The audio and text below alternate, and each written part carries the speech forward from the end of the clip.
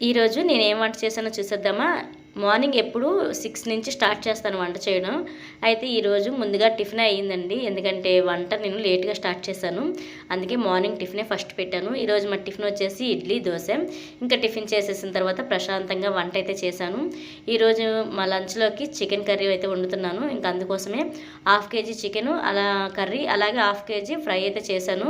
ముందుగా ఫ్రై కోసం చికెన్‌ని మ్యాగ్నేట్ చేసి పక్కన పెట్టుకున్నాను. ఇంకో 1/2 కేజీ కర్రీ వండుతానని చెప్పాను కదా! దానికోసం పచ్చి మసాలా ముద్ద అయితే నూరుకున్నాను. ఇంకా ఈ విధంగా 2 రెడీ చేసుకున్న తర్వాత ఒక స్టవ్ మీద ఫ్రై, ఇంకో స్టవ్ మీద కర్రీ అయితే పెట్టుకున్నాను.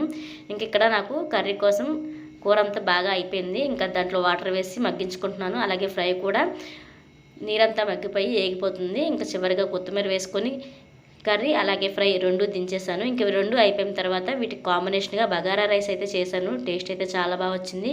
ఈరోజు మా లంచ్ వచ్చేసి ఇదేనండి. Chicken curry, chicken fry, bagara rice, పెరుగు, అన్నము. వీడియో నచ్చితే లైక్ చేయండి.